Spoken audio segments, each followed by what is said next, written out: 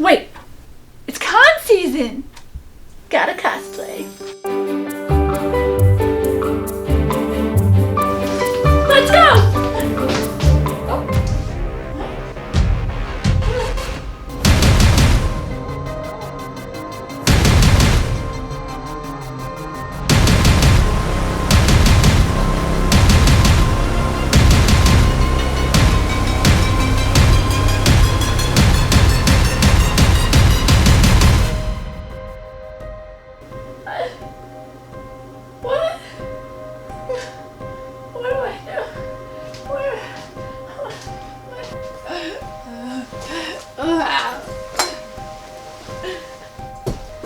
Take pictures of my cute cosplay now.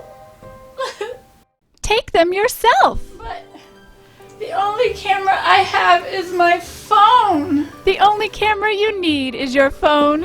What? But how? I'll show you. Okay.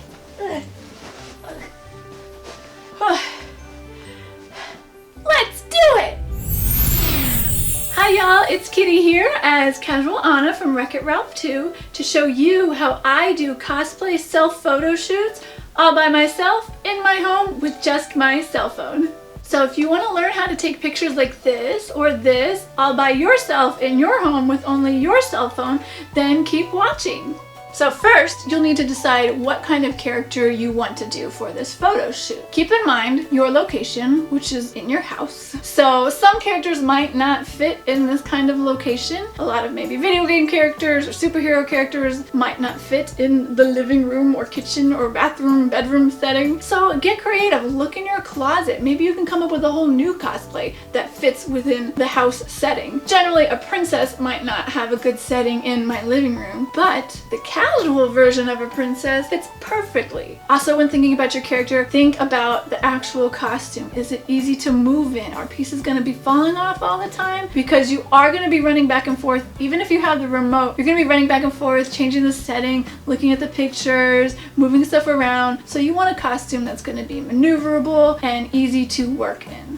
Now granted, if you're deciding to cut out the background, then you can really do any character because you're just cutting out the background later and you can put that character in wherever you want. I'm just working with what I have, where I have it, and so that's why I'm Casual Anna. So I wanted this to be a very basic, very beginner kind of intro to self-photography for cosplay or whatever you want it for. So we're going to work with minimal gear and minimal technology. So let's take a look at the equipment I'm using for this. I have my cell phone, a cell phone adapter for the tripod, a tripod, and my remote. I will link to all these products down in the description. So there are a few ways to get self-portraits with just your cell phone. So one of the ways you can do it, of course, is to set a self-timer. With the iPhone, you have a 3-second self-timer or a 10-second self-timer, which is usually enough time to press the button and then get into your pose. Some people don't like the running back and forth, so what they'll do is they'll put their phone on video and take a video of them going through all the poses and then use screenshots or stills from that video. However, that's not the best solution because the video screenshots are going to be not as high quality as just a regular photo, but that is an option.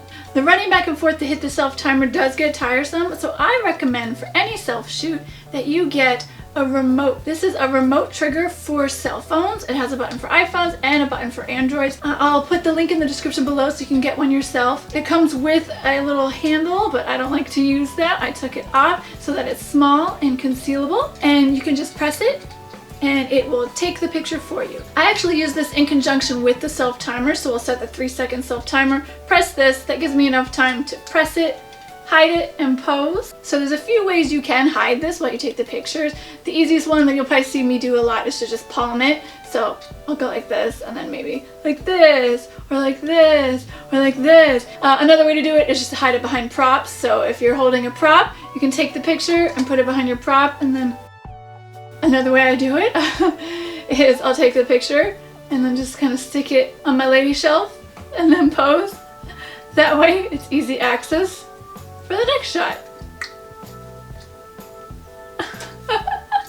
Lastly, one of the other things I do is I'll take the picture and then drop it so that it's not in the picture, and then take it, grab it, do it again, So there's many ways that you can hide this, just kind of get creative. And it's going to make you more able to do more fun poses.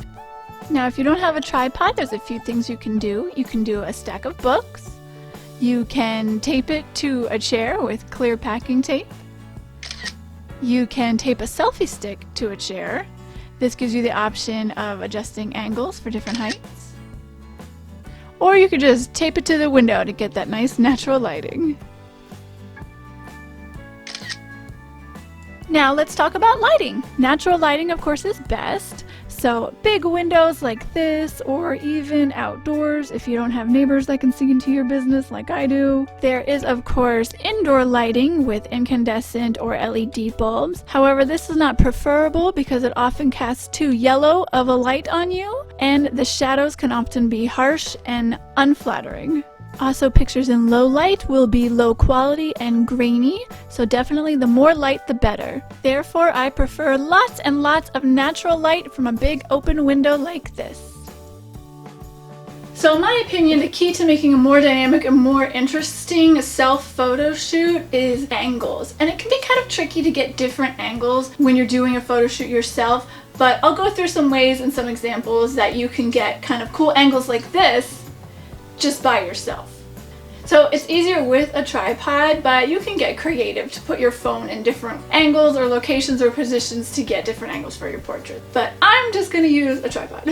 So some examples of angles to try would be just straight on, where the camera is in front of you and you take a picture, which is great for more portrait photos where you just kind of want mostly just your face. I think that works just fine. There's putting the camera above you so it's looking down on you, which is good for like more cutesy shots if you want to appear smaller and adorable, and that's always a good angle if the camera is above you. If you want a more powerful shot, put the camera below you so it's shooting up, and that gives you more of a powerful, energetic kind of stance. Now, I'm a big fan of the Dutch tilt, where you tilt the camera a little bit so it's crooked, and you fill the frame with the subject from corner to corner. I think it's more dynamic, it's great for action shots or power shots, especially taken from a low angle. You'll see me use a lot of Dutch angles in a lot of my photography, not even my self-shoot. But of course in a self-shoot, I had to do that Dutch angle, which takes a little bit of finagling because tripods aren't really meant to be crooked. So you kind of have to adjust the legs of your tripod in order for it to be slanted to get that cool Dutch angle. You can also just do that when you crop later, just shoot wide and then tilt it when you crop, but I prefer to do it on camera. So now that we've got the basics covered, I just want to go over some general tips and tricks that can kind of help make your photo shoot go easier and make your pictures look even cooler. So you might see me put a mirror behind my camera, which sometimes I like to do just so I can make sure I have the pose right, but because I was using natural lighting, which was coming from behind the mirror was casting a shadow on me, so I took the mirror out and just used my phone on its front-facing camera. Which, speaking of, actually there is a difference between your front-facing camera and your back-facing camera, I guess. The back-facing camera has a better sensor, so the pictures are going to be a little bit more clearer, a little bit more crisp, a little bit more higher resolution than the ones taken with your front-facing camera. But it is really hard to take self-portraits this way when you can't see your phone. So I opted to just take them front-facing camera just for ease of use. Another tip is to keep your phone plugged in if you can, because the last thing you want is for your phone, your camera, to die when you're in the middle of a photo shoot and then just sitting around in costume waiting for it to charge. So keep your phone plugged in as much as you can for your photo shoot. Another tip is to put your reference pictures up on a screen near you. It could be up on your laptop, your iPad, your computer monitor, your TV even, somewhere where you can look at it while you're posing so you can try and nail that pose. If you put it up on screen, it'll make it a little bit easier for you to make sure that you nail the pose that you want. Also, it's a good way to not forget that you want that picture. If you have it up on your screen, you're like, oh yeah, I wanted to get a picture of my character doing the classic pose that they do, and it's right there, so I won't forget to do it. And actually, I like to do those first, the ones I know I want to get. Like, I know I wanted to get the picture of Anna eating her chips, so that was the first one I did. I had my reference picture up and I sat there and tried my best to recreate it. My next tip is to shoot wide, because you can always crop the empty space later, but you can't crop in any missing or cut off limbs. Also, it's a good idea to go into the photo shoot with an idea of how many finished pictures you want to end up with. I think 3 to 5 images for a self shoot is a good goal, and that way you'll know what you're aiming for, you know how many poses you want to get into, and it'll be a good way to judge when you're done with the photo shoot. Lastly, look through all of your pictures before you decide that you're done, and make sure they're all in focus, make sure you're in frame, and make sure your face looks like you want it to, make sure your costume and everything is situated, because the last thing you want is to get out of costume, take any props or anything down, and then look on your computer and realize these pictures are blurry, or I'm not in frame in these, or my eyelash was coming off. So check your pictures before you take off your costume.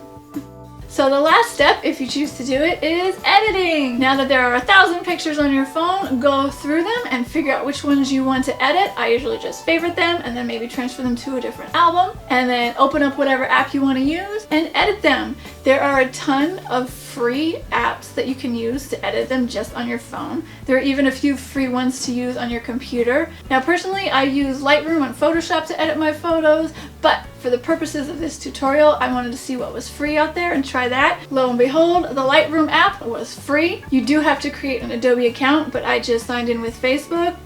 So Lightroom changes the basics of like the exposure, the lighting, the color, the hue, stuff like that. There are some presets, some filters you can use as well.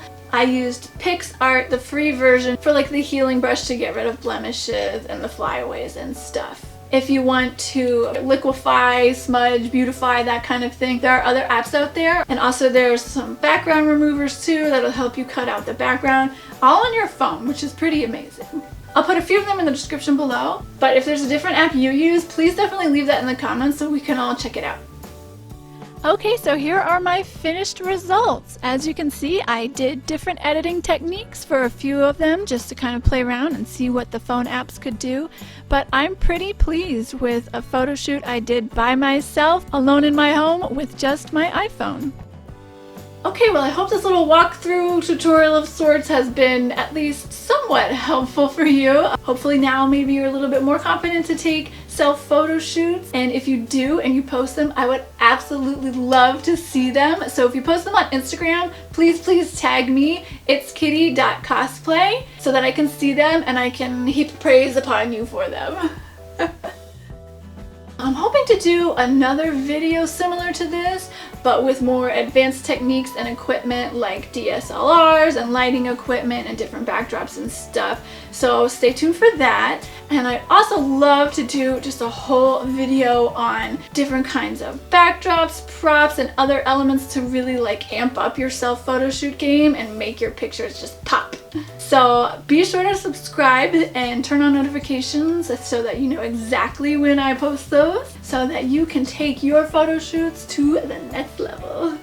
Alright, as always, thank you so much for watching, and be safe, be sane out there as much as you can, and I will see you all next time. Bye!